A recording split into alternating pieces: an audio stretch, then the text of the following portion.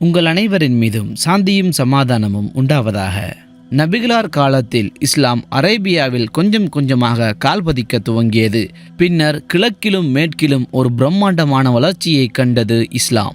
இதில் ஆச்சரியமான ஒரு விஷயம் என்னவென்றால், இந்த அரேபிய தீபகற்பத்தில் இப்பொழுது வாழ்ந்து கொண்டிருக்கக்கூடிய முஸ்லிம்களின் எண்ணிக்கை அந்நளவாக 9 கோடிகள் தான் இருக்கும்.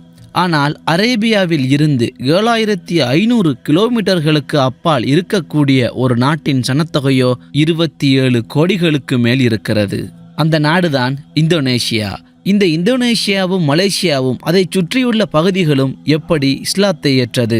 இஸ்லாம் உருவாகிய தேசத்தில் இருந்து 7500 கிலோமீட்டர்கள் தொலைவில் இருக்கும் இந்த இந்தோனேஷியா தான் இன்றைய உலகில் அதிகமான முஸ்லிம்கள் வாழக்கூடிய ஒரு தேசமாகும். இன்று 24 கோடிக்கு மேற்பட்ட முஸ்லிம்கள் அங்கே வாழ்ந்து கொண்டிருக்கிறார்கள். இந்த எண்ணிக்கையானது சவுதியையும், ஓமானையும், யெமனையும், சிரியாவையும், ஜோர்தனையும், ஈராக்கையும், எகிப்தையும் கூட்டி வரும் தொகையை விட இங்கே அதிகமான முஸ்லிம்கள் வாழ்ந்து கொண்டிருக்கிறார்கள். இந்த இடத்திற்கு இந்தோனேஷியாவும் அதை சுற்றியுள்ள பகுதிகளும் எப்படி வந்தது? ஆராய்வோம். இஸ்லாம் வாளால் பரப்பப்பட்டது, அது கொடூரமாக பரவியது என்ற வாதத்திற்கு ஒரு பெரும் அடியாக இந்த மலாய் தீவுகளில் அமைந்திருக்கின்ற இந்த இந்தோனேஷியாவும் அதை சுற்றியிருக்கும் பகுதிகளும் சான்று பகிர்கின்றன. வரலாற்று ஆசிரியர்களுக்கு மத்தியில் இந்தோனேஷியாவிற்கு இப்படிதான் இஸ்லாம் வந்தது என்று ஒருமித்த எந்த கருத்தும் கிடையாது. ஆனால் ஒன்றை மட்டும் எல்லோரும் ஏற்கிறார்கள். அது என்னவென்றால், எந்த ஒரு இஸ்லாமிய படையும் இந்தோனேஷியாவிற்கு படையெடுத்து அதை ஆக்கிரமித்து இஸ்லாத்தை பரப்பவில்லை. அப்போ எப்படி இவ்வளவு மக்களும் முஸ்லிம்களானார்கள்? இஸ்லாம் இந்தோனேஷியாவில் ஒரு வேறு வழிமுறையில் பரவியது. வரலாற்றை உற்று நோக்கும் போது நமக்கு பல தகவல்கள் கிடைக்கின்றன. இஸ்லாம் அரேபியாவில் தோன்றி 6-7 நூற்றாண்டுகளுக்கு பின்னரே இந்தோனேஷியாவில் பரவுகிறது. சரியாக 12ஆம் 13ஆம் நூற்றாண்டுகளிலேயே அதன் வளர்ச்சி சூடுபிடிக்கிறது. இதற்கு ஆதாரமாக 13ஆம் நூற்றாண்டில் சுமாத்ராவை ஆட்சி செய்து கொண்டிருந்த சுல்தான் மாலிக் அல் சாலிஹினுடைய கல்லறை சான்று பருகிறது. இவர் இஸ்லாத்தை ஏற்பதற்கு முன்னர் இந்தோனேஷியாவை ஆண்டு கொண்டிருந்த ஒரு பூர்வ குடி மன்னர் தான். இவர் இஸ்லாத்தை ஏற்றது அவருடைய மக்களையும் இஸ்லாத்தை ஏற்க வைத்தது. இஸ்லாத்தை மிக வேகமாக இந்தோனேஷியாவில் வளர வைத்தது.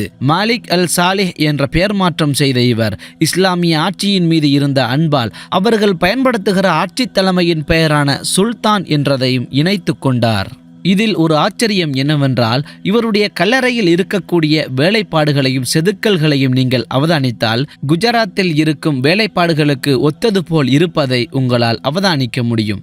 இதற்கு என்ன காரணமாக இருக்க முடியும்? காரணம் அரேபிய வர்த்தக குழுக்கள் தான்.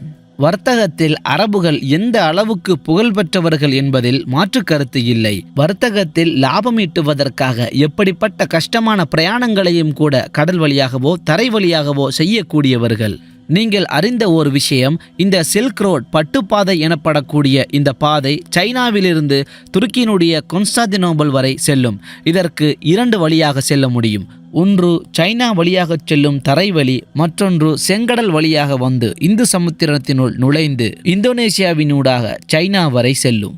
இந்த கடல்வழி பயணத்தை மேற்கொள்ளக்கூடியவர்கள் மன்சூன் எனப்படக்கூடிய பருவக்காற்றை நம்பியிருந்தார்கள். செங்கடலில் இருந்து சைனா வரை இந்த மன்சூன் எனப்படக்கூடிய பருவக்காற்றை பயன்படுத்தி இந்த பயணத்தை மேற்கொள்ள தேவையான காலம் கிட்டத்தட்ட 3 வருடங்கள் இருக்கும். எனவே சரியான பருவநிலை அமைய வேண்டும் என்பதற்காக இந்த வர்த்தகர்கள் இந்த கடல்வழி பாதையில் உள்ள நகரங்களில் தங்கியிருக்க வேண்டி இருந்தது. இப்படி தங்கியிருந்ததனால் இந்த கடல் வழிகளில் பல நகரங்கள் உருவாக தொடங்கின. பின்னர் இஸ்லாத்தின் எழுச்சிக்கு பிறகு இந்த கடல்வழி பயணங்களை மேற்கொண்டவர்களில் அதிகமான முஸ்லிம்கள் இருந்தார்கள். எனவே அவர்கள் இறங்கிய, தங்கிய, வாழ்ந்த இந்த நகரங்களிலெல்லாம் இஸ்லாம் பரவத் தொடங்கியது. அந்த பாதைகளில் இருந்த இந்தியா, இலங்கை, மாலைத்தீவு, இந்தோனேஷியா, சைனா என்று எல்லா இடங்களிலும் இஸ்லாம் பரவியது.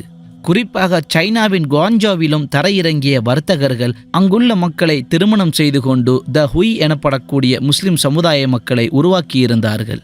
இப்படி இஸ்லாம் பரவுவது அங்கிருந்த சீனர்களுக்கு பிடிக்கவில்லை. முஸ்லிம்களுக்கும் சீனர்களுக்கு மத்தியில் ஒரு வெறுப்பான உணர்வே இருந்தது. இதனால் கிறிஸ்துவுக்கு பின் 879 அங்கிருந்த சீனர்கள் 1,20,000க்கும் மேற்பட்ட மக்களை, வெளிநாட்டவர்களையும் முஸ்லிம்களையும் இனப்படுகொலை செய்தார்கள். இதனால் பயந்து போன மக்கள் அங்கிருந்து வெளியேறினார்கள். அவர்களும் இந்த மலாய் தீவு கூட்டங்களில் வந்து தங்கியிருந்தார்கள். இஸ்லாத்தை பரப்பினார்கள், வளர்த்தார்கள். பிறகு இன்னும் ஒரு தடவை 1360களிலும் 70களிலும் சீனர்கள் முஸ்லிம்களை வெளியேற்றினார்கள். ஆனால் இந்த தடவைகள் அவர்கள் பதவிகளில் இருந்த அமைச்சர்களையும் தலைவர்களையும் வெளியேற்றினார்கள். அவர்களும் மலாய் தீவுகளில் வந்திறங்கி தங்கள் வாழ்க்கைகளை அமைத்து கொண்டார்கள். இதுவும் இஸ்லாம் வளர ஒரு காரணமாக இருந்தது. இந்தோனேசியாவில் இஸ்லாம் வளர்ந்ததற்கு வர்த்தகத்தை மாத்திரம் சொல்லிவிட முடியாது. இஸ்லாம் இந்தோனேசியாவில் வளர்ந்ததற்கு ஒரு மிகப்பெரிய காரணமாக இந்த ஷாங் ஹா என்ற ஒரு முஸ்லிம் சீன கடற்படை தளபதி குறிப்பிடப்படுகிறார். கடல் வழி வர்த்தகத்தை பாதுகாக்க வேண்டும் என்று 15ஆம் நூற்றாண்டில் 300க்கு மேற்பட்ட கப்பல்களில் கிட்டத்தட்ட 30,000 பேர் கொண்ட ஒரு மாபெரும் படையை நடத்தினார். இந்து சமுத்திரத்தில் ஒரு முறையான வர்த்தகத்தை பேண வேண்டும் என்பதற்காக 35 நாடுகளிடம் இவர் பயணித்ததாக வரலாறு கூறுகிறது. இவரின் இந்த பிரம்மாண்டமான பயணத்தின் போது இந்தோனேசியாவின் சுமாத்ரா, ஜாவா போன்ற இடங்களில் பல முறை இறங்கி அரசியல் மற்றும் வர்த்தக உறவுகளை கையாண்டது இந்தோனேசிய பூர்வகுடி மக்களுக்கு மாபெரும் தாக்கத்தை ஏற்படுத்தியதாக கூறப்படுகிறது.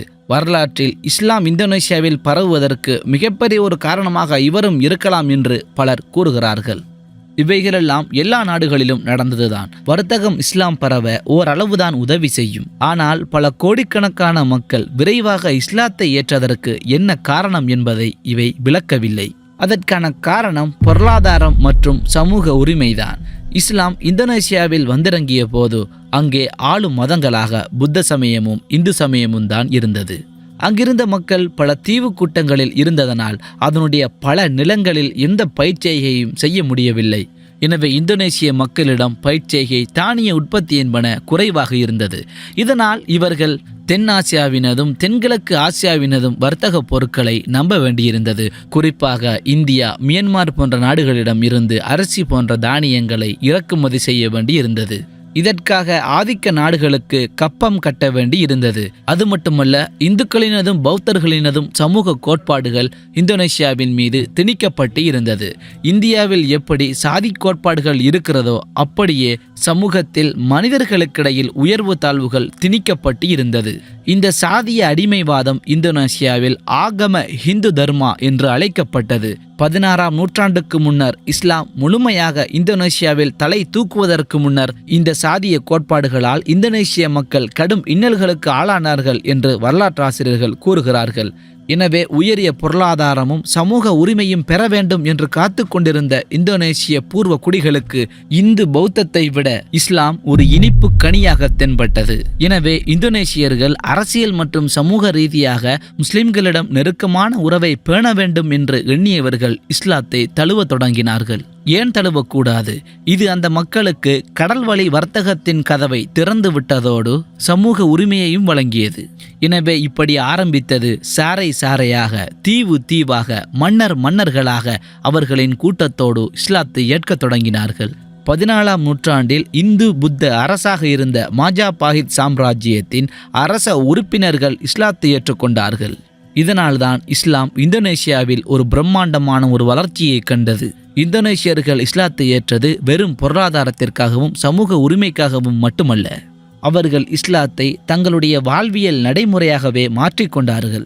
தாங்களும் கற்றுக்கொண்டு மதரசாக்களையும் பாடசாலைகளையும் அமைத்து இஸ்லாமிய பணியை மேற்கொள்வதில் ஒரு முன்னுதாரணமாக திகழ்ந்தார்கள். இந்தோனேசிய பெரும்பான்மை அனைவரையும் இஸ்லாத்தை ஏற்க வைத்தார்கள்.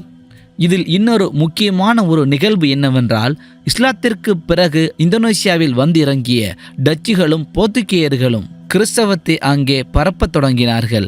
ஆனால் அவர்கள் சிலுவை போரின் போது இஸ்லாத்தின் மீது கக்கிய வெறுப்பை அங்கேயும் காட்டத் தொடங்கினார்கள். இங்கேயும் இஸ்லாம் பரவுகிறது, நாம் இதை தடுக்க வேண்டும் என்று கடுமையானவர்களாகவும் கொடூரமானவர்களாகவும் மக்களை அடக்கி ஒடுக்கினார்கள். நம்மிடம் செய்ததைப் போல அளவுக்கதிகமான கடுமையான வரிகளை அந்த ஏழை மக்களிடத்தில் வைத்தார்கள். கேஷ் பயிர்களையே மக்களை அதிகமாக நடச் சொல்லி வற்புறுத்தினார்கள். எந்த அளவுக்கென்றால் அந்த காலகட்டத்தில் உணவு பற்றாக்குறை ஏற்படும் அளவுக்கு கேஷை பயிரிடச் சொன்னார்கள். நட்மேக் எனப்படும் ஜாதிக்காய் எங்களுக்கு மட்டுமே தான் உரித்தானது என்று ஆணையிட்டார்கள். அதன் பிறகு தென்கிழக்காசியா முழுவதிலும் மக்கள் செய்த ஜாதிக்காய் பயிர்ச்செய்கைகளை எரித்தார்கள். அங்கிருந்த மக்களையும் இனப்படுகொலை செய்தார்கள். எனவே அங்கிருந்த மக்கள் இஸ்லாமிய தலைமைகளிடம் தஞ்சம் புகுந்தார்கள். இஸ்லாத்தை ஏற்றுக்கொண்டார்கள். இஸ்லாம் மிக வேகமாக வளரத் தொடங்கியது. எனவே மக்களை கொடுமைப்படுத்தி இஸ்லாத்தை தாழ்த்தி அடக்கி ஒடுக்கி கிறிஸ்தவத்தை வளர்க்க வேண்டும் என்ற இவர்களினது எண்ணம் இஸ்லாத்தையே மேலோங்கச் செய்தது. இது எங்கேயோ கேட்டது போலில்லையா? ஆம், இன்றும் இந்த உலகத்தில் இதுதான் நடந்து கொண்டிருக்கிறது. எங்கே எல்லாம் இஸ்லாம் தாக்கப்படுகிறதோ, எங்கே எல்லாம் இஸ்லாம் அடக்கி ஒடுக்கப்படுகிறதோ, அங்கே எல்லாம் இஸ்லாம் வென்று கொண்டுதான் இருக்கிறது. இனியும் வெல்லதான் போகிறது. எல்லாம் வல்ல இறைவன் அல் குர்ஆனில் கூறுவதைப் போல அவர்கள் தங்கள் வாய்களால் ஊதி அல்லாவின் ஒளியை அணைத்துவிட நாடுகிறார்கள். ஆனால் இறை மறுப்பாளர்கள் வருத்த போதிலும் அல்லாஹ் தன் ஒளியை, தன் பிரகாசத்தை, இஸ்லாத்தை பூரணமாக்கியே தீருவான். எனவே இன்ஷா அல்லாஹ் நீங்களும் இந்த பிரகாசத்தை தமிழில் படித்து ஆராய விரும்பினால் ஸ்கிரீனில் தெரியும் வாட்ஸ்அப் நம்பருக்கு மெசேஜ் செய்யுங்கள்.